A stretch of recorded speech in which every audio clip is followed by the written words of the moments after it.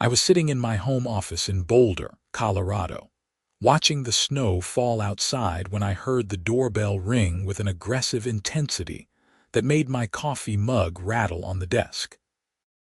Opening the door, I found myself face to face with a woman in her mid-40s holding a clipboard like it was a weapon. She had that particular haircut, the one that screams, "I need to speak with your manager," and her expression suggested she had been personally offended by my very existence.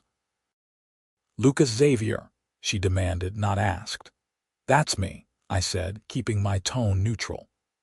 "I'm Patricia Henderson, president of the Meadowbrook Heights Homeowners Association. You owe us $375 for community snow plowing services rendered over the past 3 months. I blinked at her. "I'm sorry, what?" She thrust a paper at me with enough force that I had to catch it before it hit my chest. "Your property falls within our community boundaries, and per our bylaws, all residents are required to contribute to shared maintenance costs. This includes snow removal from community roads and pathways." I glanced at the paper.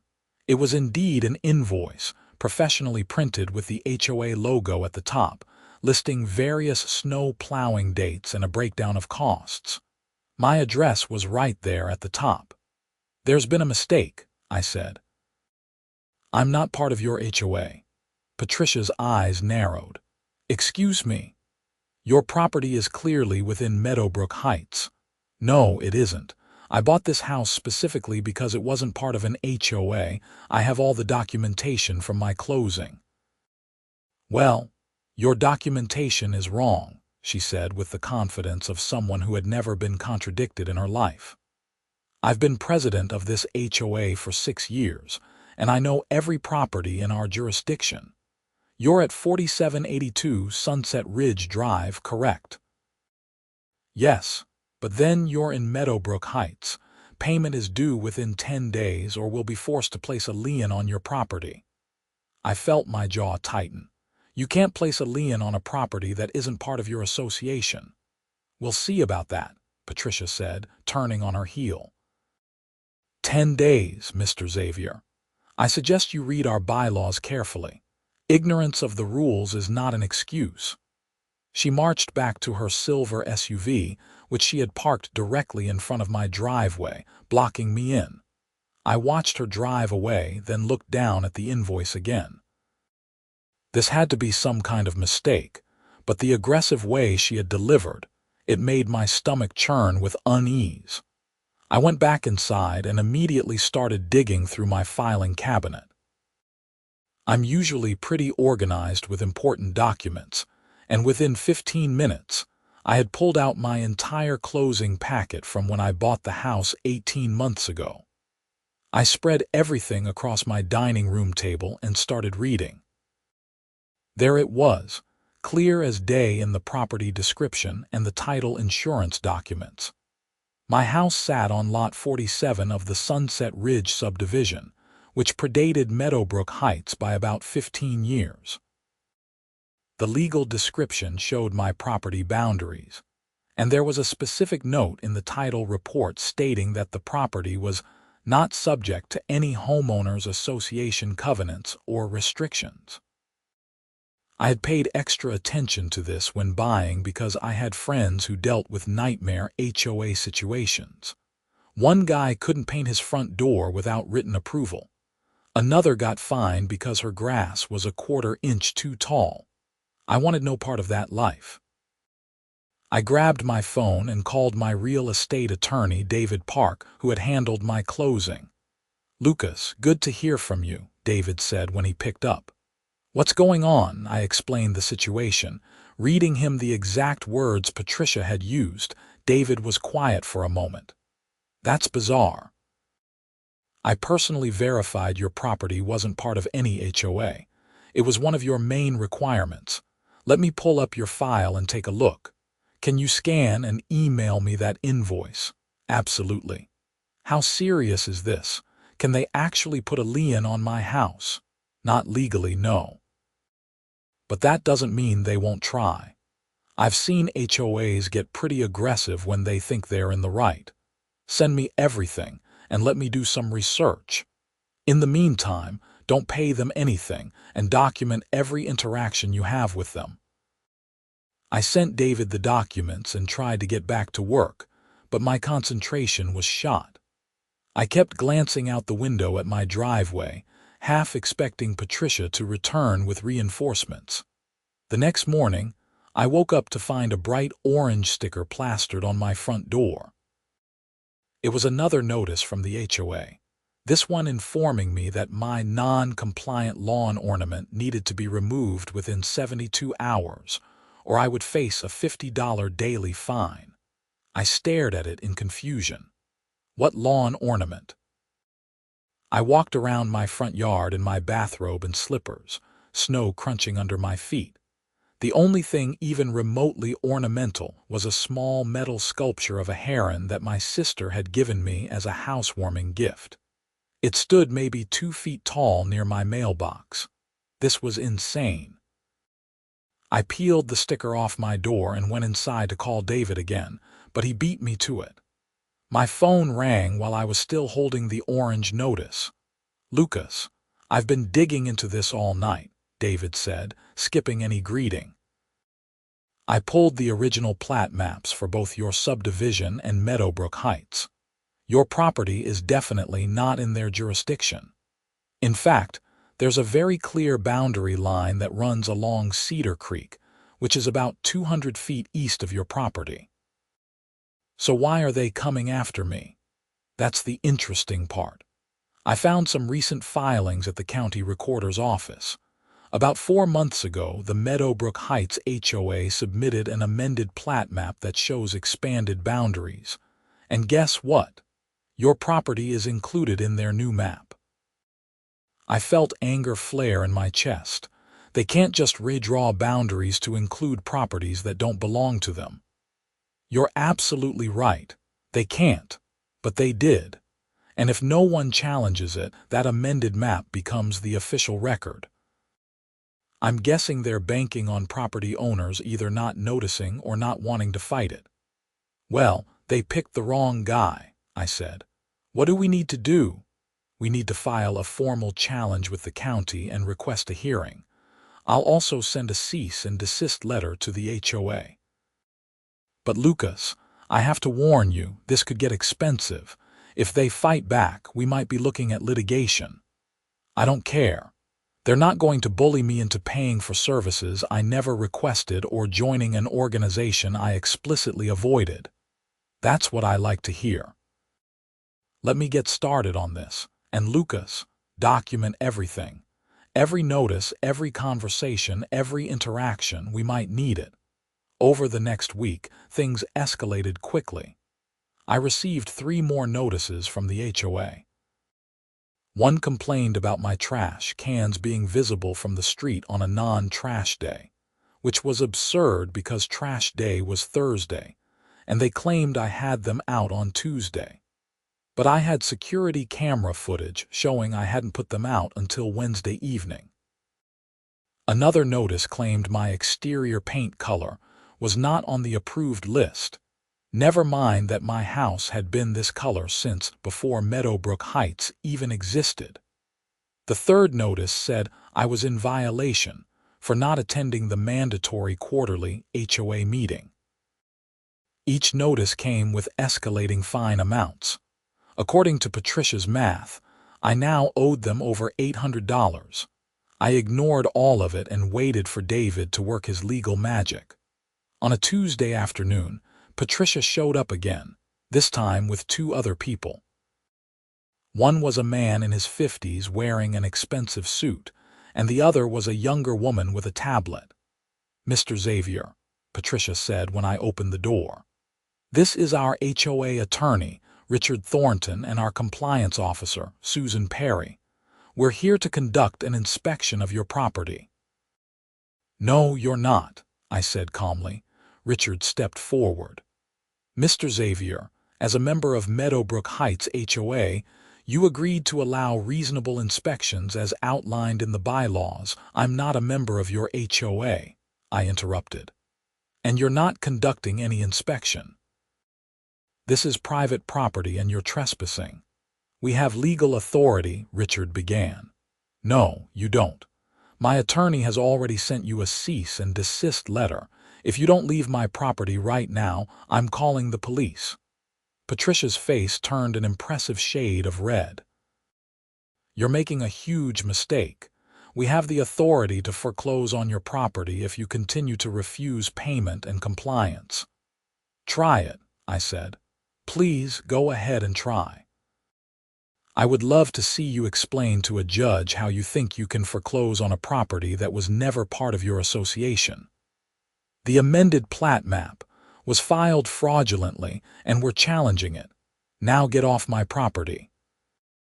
Susan, the compliance officer, started to say something, but Richard put a hand on her arm.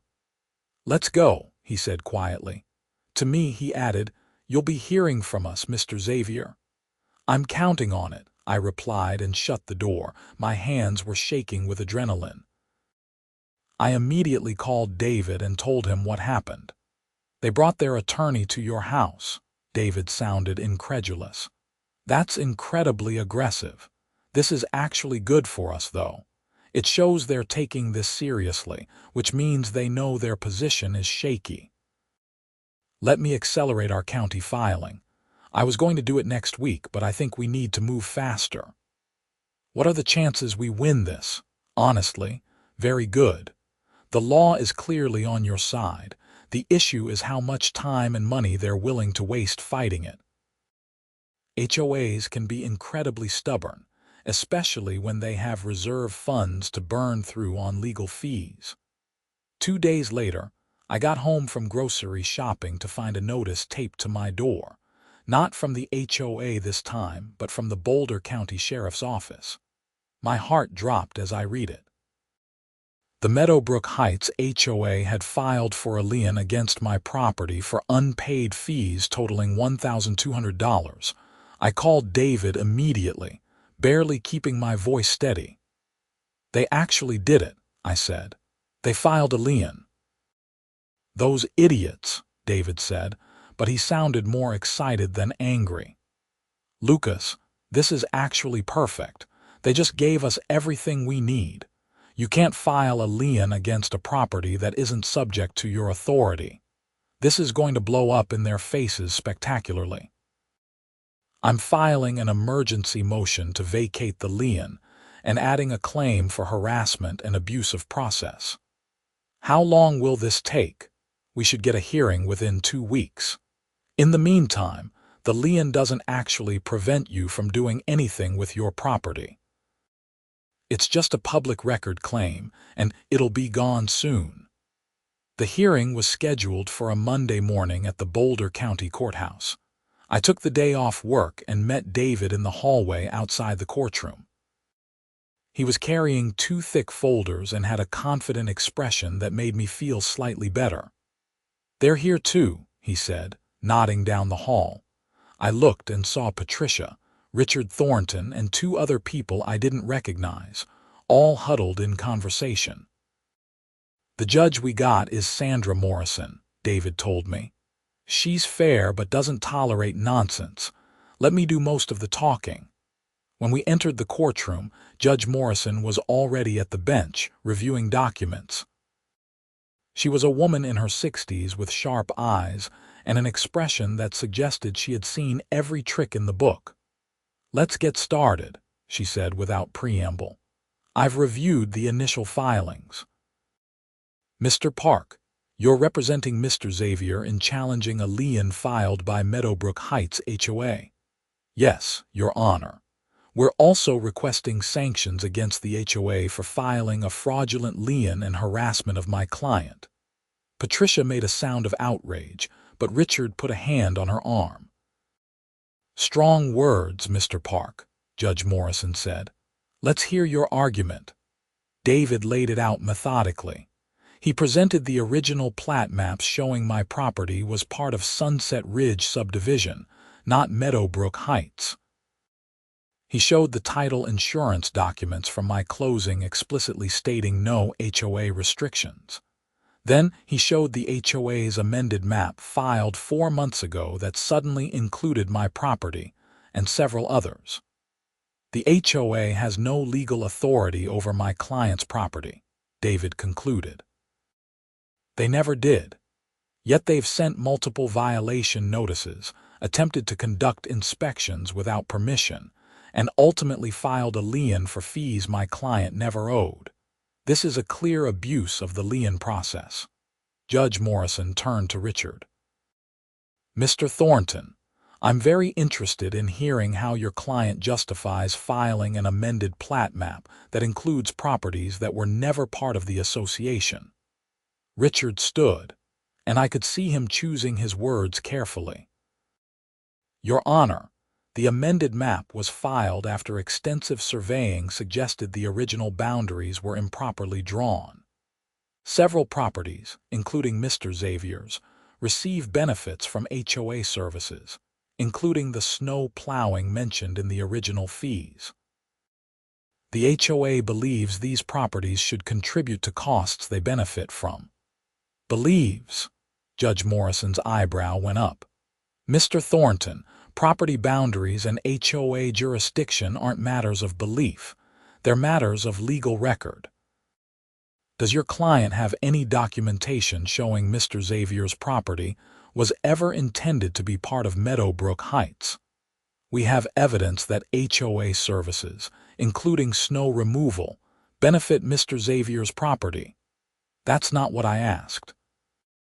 I asked if you have any legal documentation showing his property was supposed to be in the HOA. A deed, a covenant, anything from when the subdivisions were created. Richard hesitated.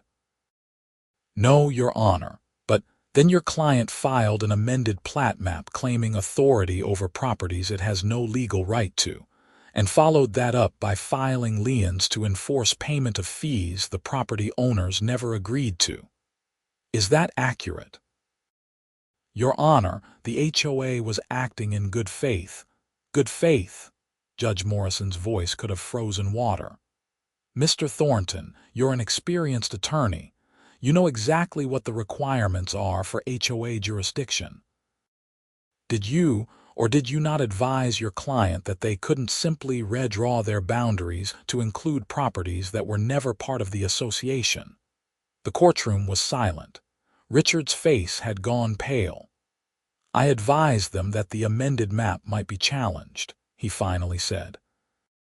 Might be challenged, and yet you proceeded to file liens anyway. Mr. Park, what are you requesting? David stood. We're requesting the immediate vacation of the lien against Mr. Xavier's property. A declaration that his property is not and has never been subject to Meadowbrook Heights HOA authority, removal of his property from the amended plat map, and compensation for his legal fees and costs. We're also requesting the court investigate whether other properties have been improperly included in the amended map. Judge Morrison nodded. The lien is vacated effective immediately. Mr. Xavier's property is declared free from any Meadowbrook Heights HOA authority, past, present, or future. Miss Henderson, she looked directly at Patricia. I'm ordering your HOA to immediately notify any other properties included in that amended map that their inclusion is under legal review, and they should not pay any fees or comply with any notices until this matter is resolved. Mr. Park, file a motion for attorney's fees and I'll review it.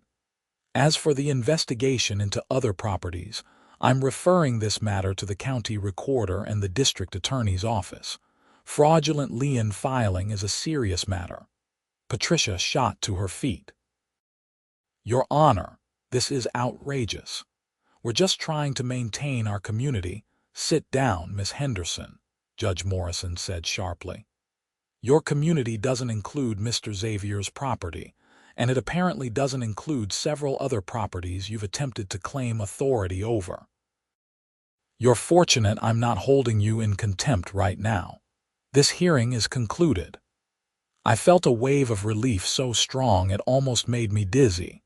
David was grinning as we gathered our papers. As we left the courtroom, Patricia tried to approach me, but David stepped between us. "No contact with my client," he said firmly.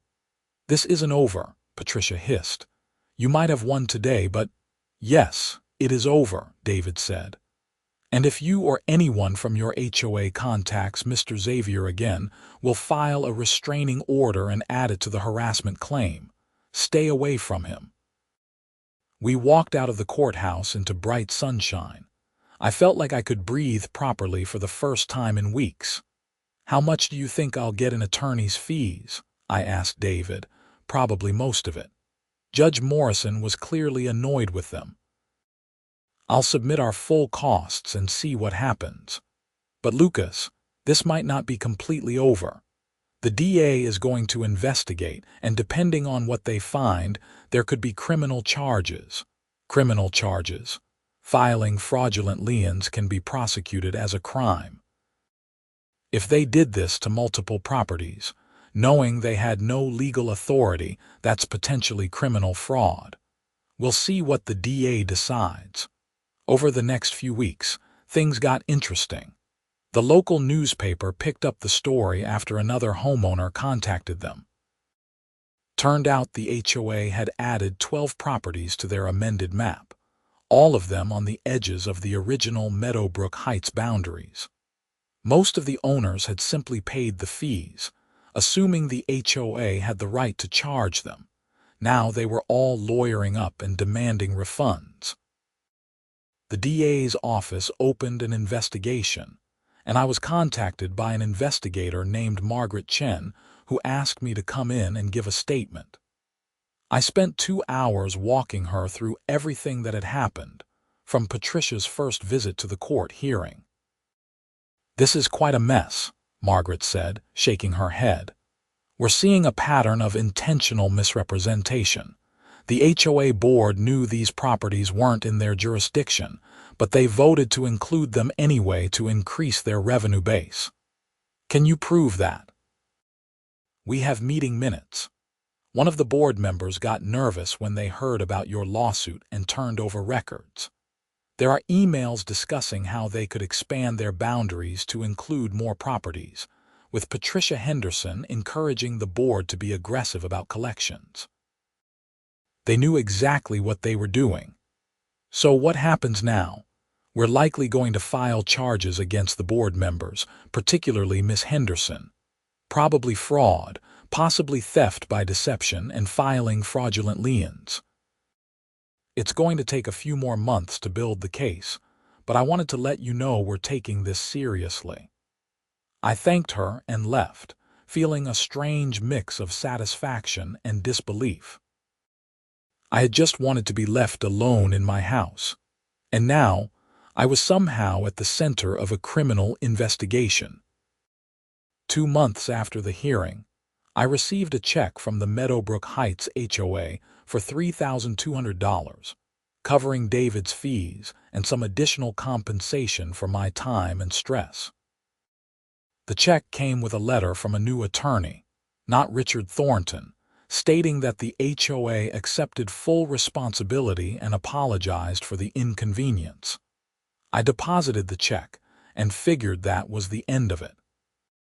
Then, 5 months after my original court hearing, I got a call from Margaret Chen asking if I could attend a hearing for the criminal case against Patricia Henderson and 2 other board members. "You don't have to testify," Margaret explained. "But we think your presence would be valuable, and you might want to see the resolution of this situation." The hearing was on a Wednesday morning. The courtroom was more crowded this time, with several other affected homeowners present, plus reporters. Patricia sat at the defense table looking significantly less confident than she had at the civil hearing. Her attorney was a public defender, which suggested her HOA attorney had wisely distanced himself from this mess. The judge was William Torres, a stern-looking man in his 50s. He reviewed the charges, which Margaret had explained to me beforehand. Patricia and the 2 other board members, a man named Frank Morrison and a woman named Helen Chen, were charged with multiple counts of filing fraudulent liens, theft by deception, and conspiracy to commit fraud. The defense attorney tried to argue that his clients believed they were acting within their authority as HOA board members, that this was a civil matter that had been inappropriately criminalized. Judge Torres wasn't buying it. The evidence shows your clients knowingly filed an amended plat map, including properties they had no legal authority over, Judge Torres said. They then filed liens and collected money from property owners based on that fraudulent map. Meeting minutes show they discussed and planned this strategy. This isn't a mistake or a good faith error. This is intentional fraud. Patricia's attorney tried again. Your Honor, my clients are willing to make full restitution to all affected parties. Restitution is a given, Judge Torres interrupted. The question is whether criminal penalties are appropriate, and I believe they are. However, I'm willing to consider a plea agreement if your clients are prepared to accept responsibility. There was a hushed conference at the defense table. After about 10 minutes, the attorney stood. Your Honor, my clients are willing to plead no contest to reduced charges in exchange for probation and full restitution. Margaret stood. The state is amenable to that, Your Honor. We're requesting guilty pleas to theft by deception, 1 count each, with 2 years supervised probation, 500 hours of community service, and complete restitution to all affected parties. We're also requesting they be permanently barred from serving on any HOA board. Judge Torres nodded. That seems appropriate. Miss Henderson, Mr. Morrison, Miss Chen, please stand. The 3 of them rose. Patricia's face had lost all its color. You're each pleading no contest to 1 count of theft by deception. Do you understand that by accepting this plea, you're acknowledging that the state has sufficient evidence to convict you? They each murmured their agreement. You're sentenced to 2 years supervised probation, 500 hours of community service, and you are jointly and severally liable for full restitution to all parties defrauded by your scheme. You are also permanently prohibited from serving in any leadership capacity in any homeowners association in the state of Colorado. If you violate the terms of your probation, you will serve 18 months in county jail. Do you understand? More murmured agreements. This court is adjourned. I left the courthouse feeling like a weight had been lifted. David met me outside. Well, that's definitely the end of it now, he said. How do you feel? Honestly, I'm just glad it's over. I still can't believe all of this happened because they wanted to charge me for snow plowing. People do crazy things when they get a little power. HOA boards can be particularly bad about it. At least justice was served. I drove home, back to my house on Sunset Ridge Drive that was definitively, legally, and permanently not part of any homeowners association. The snow was falling again, light flakes that caught the afternoon sun. My driveway needed plowing, but I would handle that myself, on my own schedule without anyone telling me how or when to do it. When I pulled in, I noticed something. My mailbox had a new neighbor, a matching metal heron sculpture on the other side. There was a note attached. Heard about your HOA battle on the news. Thought your heron could use a friend. Congratulations on winning. Sincerely, your actual neighbors at Sunset Ridge. I smiled and pulled out my phone to take a picture. Then I went inside, made myself coffee, and finally relaxed. The next few weeks were blissfully quiet. The local news ran follow-up stories about the HOA case, and I declined all interview requests. I had said everything I needed to say in court. Several of the other affected homeowners reached out to thank me for fighting back, since my lawsuit had apparently been the first domino that exposed the whole scheme. One couple, the Johnsons, even brought over a fruit basket. We almost paid them over $2,000, Mrs. Johnson told me. If you hadn't challenged it, we would have just kept paying. Thank you. I assured her I had really just been looking out for myself, but I appreciated the gesture. The Meadowbrook Heights HOA went through significant restructuring. The remaining board members resigned, and the HOA members elected an entirely new board with much stricter oversight rules. They issued formal apologies to all the affected homeowners and paid out over $70,000 in restitution. Patricia Henderson, Frank Morrison, and Helen Chen started their community service, which I heard through the grapevine involved cleaning up parks and public spaces around Boulder. Patricia had to resign from several other organizations she had been involved in, and her reputation in the community was thoroughly destroyed. I felt a little bad about that until I remembered how aggressive and threatening she had been, how she had shown up at my door with an attorney and tried to bully her way into inspecting my property, how she had filed a lien knowing she had no legal right to do so. Actions have consequences. About 6 months after the criminal hearing, I was working in my home office when I saw someone approaching my door. My security camera showed it was Richard Thornton, the HOA's original attorney. I considered not answering, but curiosity got the better of me. "Mr. Xavier," he said when I opened the door, "I hope I'm not intruding. I wanted to speak with you briefly if you have a moment." "That depends on what you want to talk about," I said warily. "I want to apologize. What happened with the Meadowbrook Heights HOA was unconscionable, and I should have put my foot down sooner. I advised them their position was legally questionable, but I didn't refuse to represent them, and I should have. You got dragged into a nightmare because I didn't stand up to a bullying client.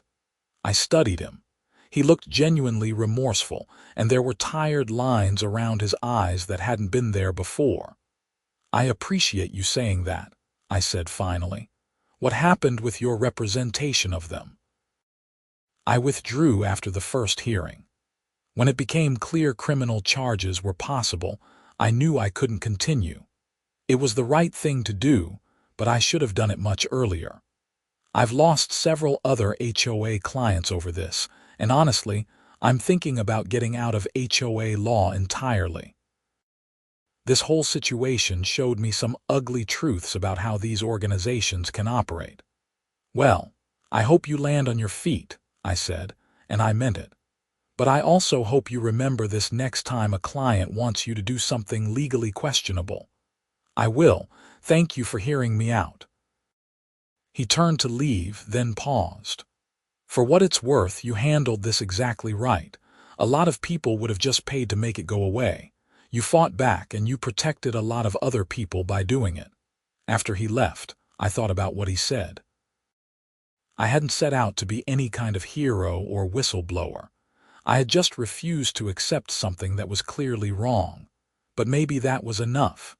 Maybe that was all it took, one person saying no and meaning it. The rest of the year passed peacefully. I had no more HOA troubles, obviously. I did get a few calls from people in other parts of the country who had found my story online and were dealing with their own HOA nightmares. I shared David's contact information with a few of them and wished them luck. Winter came around again, and with it, more snow. I hired a local guy with a plow truck to clear my driveway when needed, paying him directly and happily. It cost more than the HOA had tried to charge me, but it was my choice, my contractor, and my money spent on my terms. One evening in late December, almost exactly a year after Patricia Henderson had first knocked on my door, I was sitting on my couch reading when my phone buzzed. It was an email from David. "Lucas, thought you'd want to see this," the email said. There was a link to a news article. The article reported that the Colorado State Legislature was considering new laws to regulate HOA behavior, following several high-profile cases, including mine, of HOAs overstepping their authority. The proposed legislation would make it harder for HOAs to expand their boundaries, require more transparency in HOA operations, and impose stricter penalties for board members who abuse their authority. I smiled and forwarded the article to some of the other homeowners who had been affected by the Meadowbrook Heights scheme. Maybe something good would come out of this whole mess after all. As the new year arrived, I found myself reflecting on the entire experience. It had been stressful, expensive despite winning attorneys' fees and time-consuming. But I had learned some valuable lessons. I learned that standing up for yourself matters, even when it's difficult. I learned that organizations with even small amounts of power can abuse that power if left unchecked. And I learned that the legal system, for all its flaws, can actually work when you have the facts on your side. I also learned to really appreciate not being part of an HOA. My sister called me one evening in January. "Hey, I'm thinking about buying a house," she said. "What's the one piece of advice you'd give me?" I didn't even have to think about it. Get a good real estate attorney and make absolutely sure you understand any HOA situation before you buy. Read every word of the bylaws, check the actual maps, verify everything. "That sounds like there's a story behind it," she said. "There is, a long one. I'll tell you over dinner sometime. Can't wait. By the way, I saw your name in the newspaper again." That's wild that your case might lead to actual new laws. Yeah, it's pretty surreal. I just wanted to be left alone in my house. Well, you got that, and you took down some corrupt HOA board members in the process. I'd say that's a win. After we hung up, I walked over to my window and looked out at my property. My property, on my subdivision with my rules. The two metal herons stood guard by the mailbox, dusted with fresh snow. My driveway needed plowing again, and I would call my guy in the morning. Everything was exactly as it should be. I thought about Patricia Henderson and wondered if she had learned anything from all this. Probably not. People like that rarely do. But at least she couldn't hurt anyone else with her schemes, not for a while anyway. The night was quiet and cold, typical for Colorado in January. Inside my house, which was definitely, legally, and permanently not part of the Meadowbrook Heights Homeowners Association, I poured myself a drink and settled in to watch a movie. My phone buzzed one more time. It was a text from David. "Forgot to tell you, the HOA had to pay out the last of the restitution today. Case is officially closed. Congratulations again." I replied with a simple thumbs-up emoji and put my phone away. The case was closed. The battle was over. I had won not just for myself, but for 11 other homeowners who had been targeted by the same scheme. The people responsible had faced consequences, both civil and criminal. And maybe, just maybe, the laws would change to prevent this from happening to others. It was more than I had hoped for when Patricia Henderson first showed up at my door with her clipboard and her attitude. Sometimes standing your ground pays off. Sometimes refusing to be bullied makes a difference. And sometimes, all it takes is one person saying, "No, you're wrong, and I can prove it," to bring down a whole house of cards. I raised my glass in a silent toast to myself, to David, to Judge Morrison, to Margaret Chen, and to everyone else who had helped me fight back against an organization that thought it could get away with fraud just because it had HOA in its name. Then I started my movie and enjoyed my evening in my house in my subdivision, living by my rules. The snow continued to fall outside, beautiful and peaceful. Somewhere in Boulder, Patricia Henderson was probably bitter about how everything had turned out, but that wasn't my problem anymore. I had my property, my freedom, and my peace of mind, and really, that was all I had wanted from the beginning. The next morning, I woke up to find several inches of fresh snow on the ground. I called my plow guy, Mike, and he came by around 10 to clear everything out. We chatted while he worked, and I mentioned the whole HOA saga since he had asked why I was so particular about hiring him directly rather than going through any kind of service. "Man, that's crazy," Mike said, shaking his head. "I've heard stories about HOAs, but that's next level." "Good for you for fighting back." "Thanks. It was worth it, even though it was a pain at the time." "You know what's funny?" Mike said, leaning against his truck. "I used to do snow removal for Meadowbrook Heights, but I stopped working with them last year.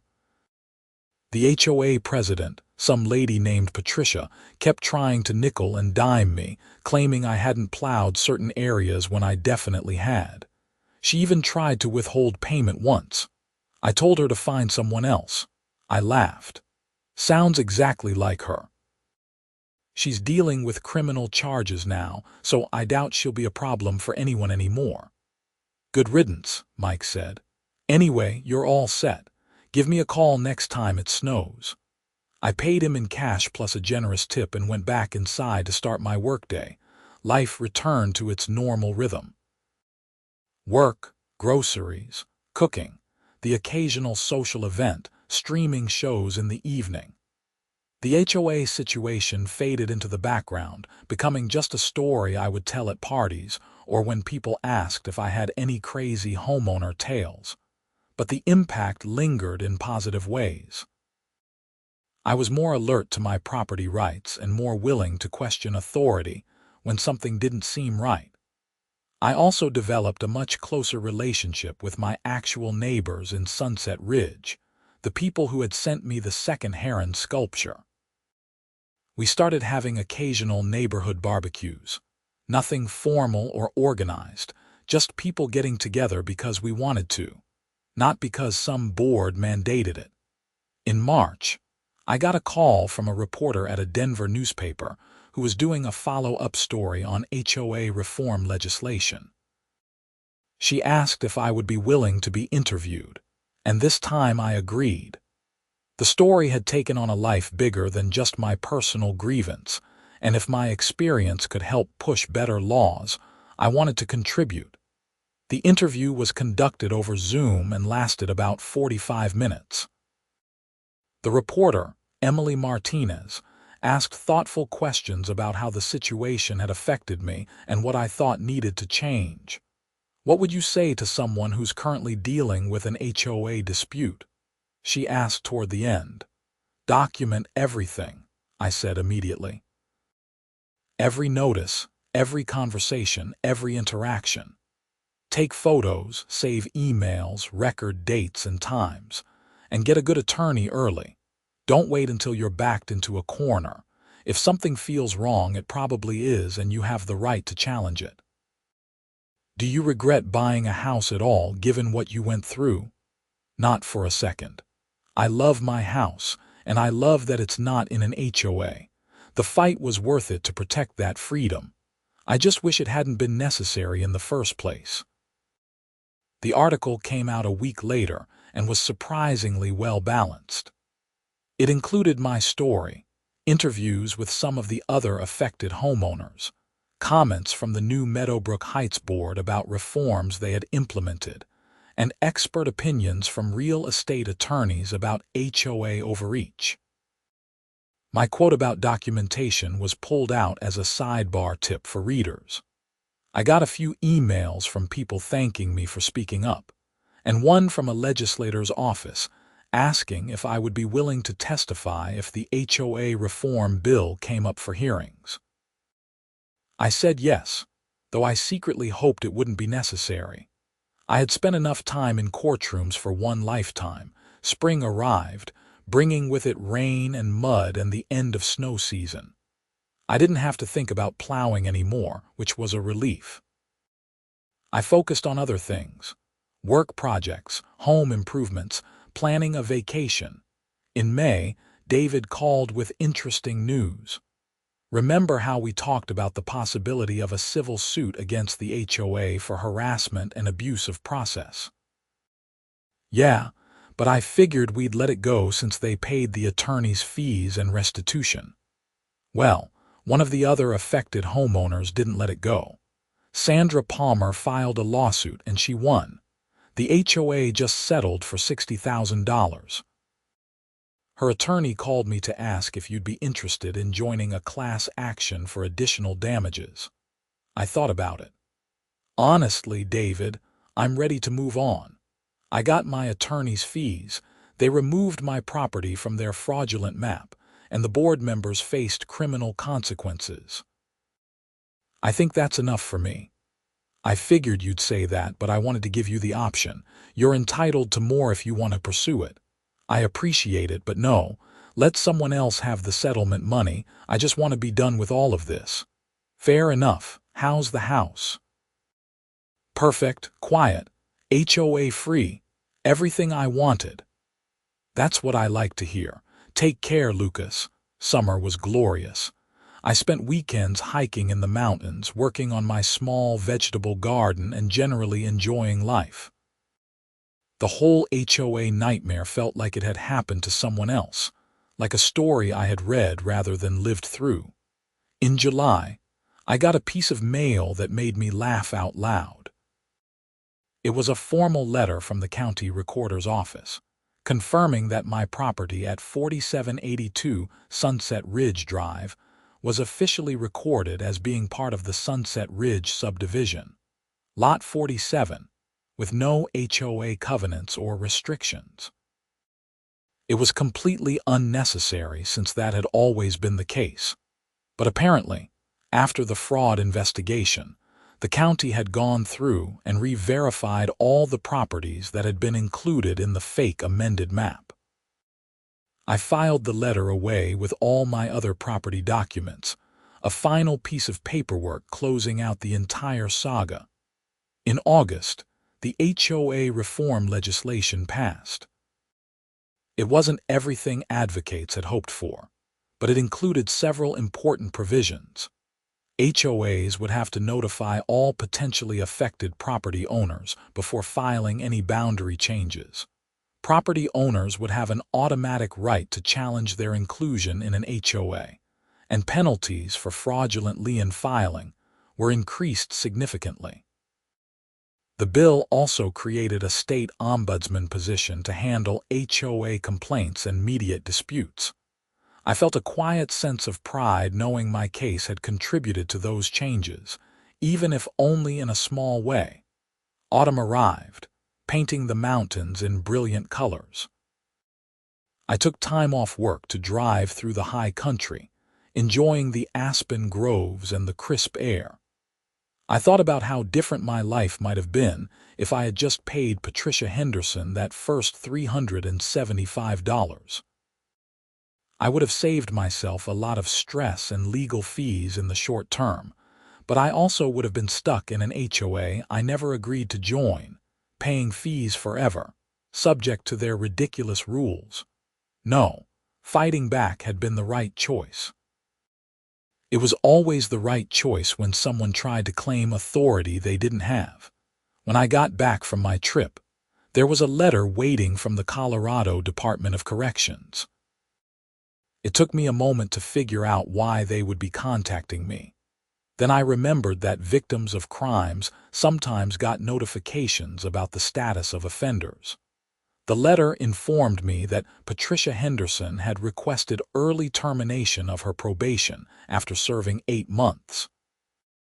There would be a hearing, and I had the right to attend and make a statement if I wished.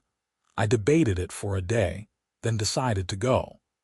Not because I wanted to see Patricia punished further, but because I wanted to see how she had changed, if at all. The hearing was short and procedural.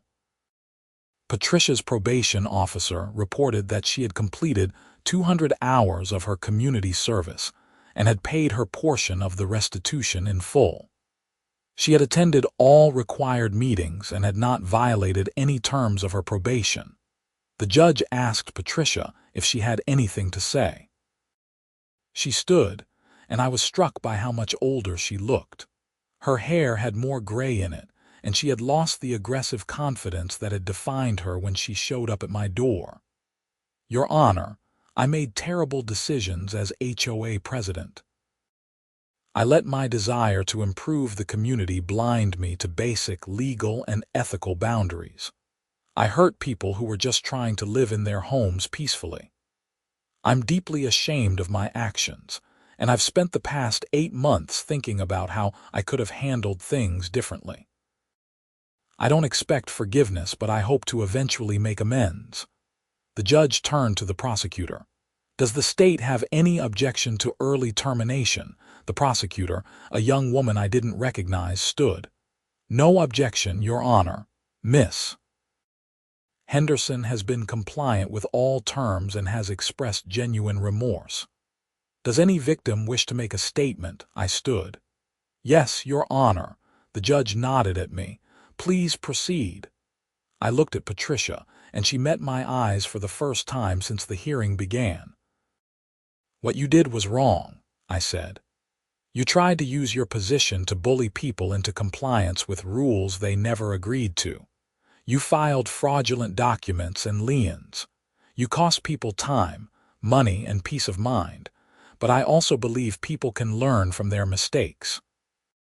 If you've genuinely understood why what you did was wrong, and if you're committed to never abusing a position of trust again, then I have no objection to your probation being terminated early. I just hope you mean what you say. I sat down. Patricia was blinking rapidly, clearly fighting tears. The judge made her ruling. Miss Henderson, your probation is terminated effective immediately. You've met all requirements and then some. I hope you've learned from this experience. Don't appear before me again. I won't, Your Honor. Thank you.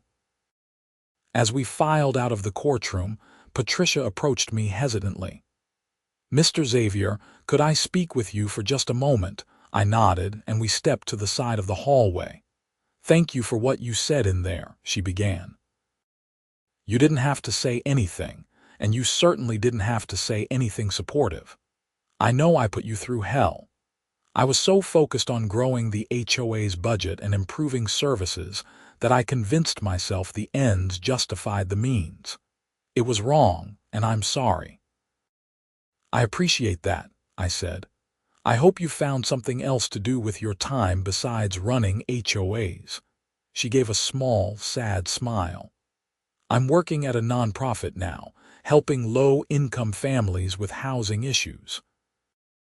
Ironically, part of my job is helping them deal with problematic landlords and, yes, sometimes HOAs.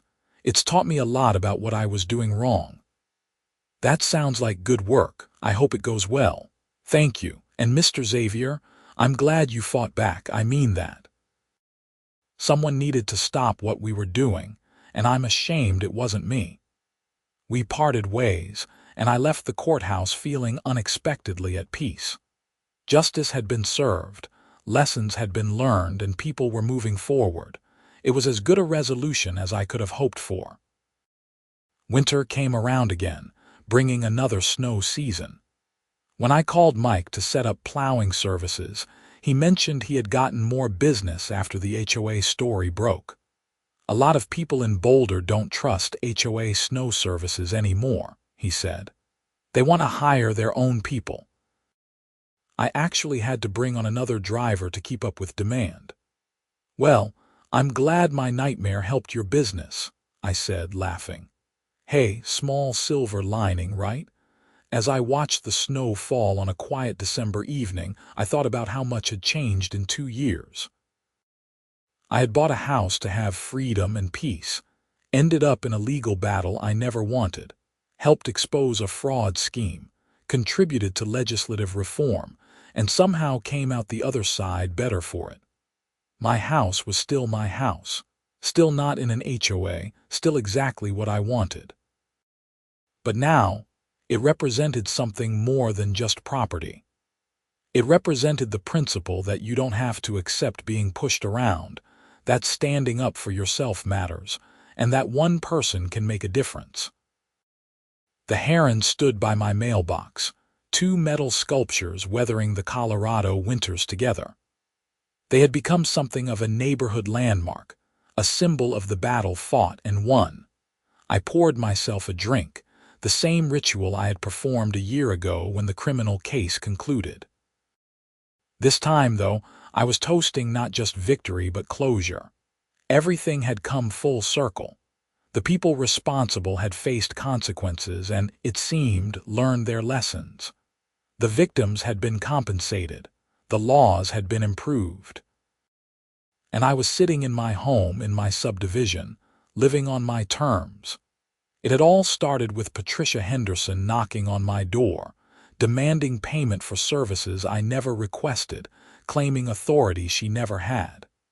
It had ended with justice served, reforms enacted, and peace restored. Sometimes the universe works the way it's supposed to. Sometimes standing your ground is exactly the right thing to do. And sometimes, when you buy a house specifically because it's not in an HOA, it's worth fighting to keep it that way. I settled into my couch, content and comfortable, and watched the snow fall on my property, my rules, my life. Exactly as it should be.